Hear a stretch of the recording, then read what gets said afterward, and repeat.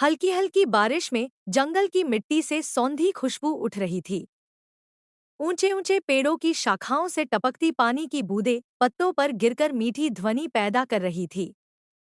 एक घने पेड़ के नीचे एक सुंदर हिरनी अपने छोटे बच्चे के साथ टहल रही थी। उसका बच्चा चंचल था, कभी किसी तितली को पकड़ने दौड़ता तो कभी अपने नन्हे खुरों से जमीन को कुरेदता। लेकिन माँ हिरनी हमेशा सतर्क थी, हर आवाज पर चौकस निगाह रखे हुए। अचानक झाड़ियों के पीछे से एक अजीब आहट सुनाई दी। माँ हिरनी तुरंत चौकन्नी हो गई।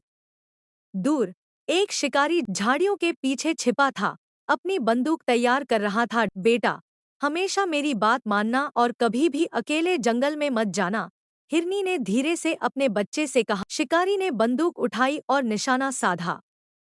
हिरनी ने खतरा भांपते ही अपने बच्चे को दूर भागने का इशारा किया, लेकिन वह डर के मारे अपनी जगह जम गया।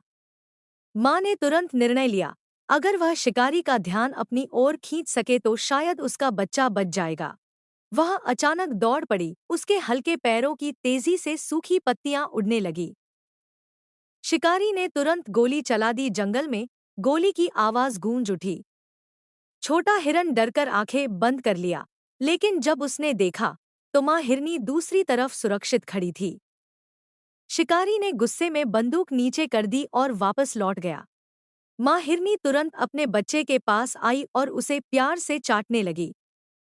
बच्चे ने माँ से लिपटते हुए मासूमियत से कहा, माँ, तुम मुझे छोड़कर तो नहीं जाओगी ना? माँ हिरनी मुस्कुराई और धीरे से कहा, माँ कभी अपने बच्चे को अकेला नहीं छोड़ती, बेटा।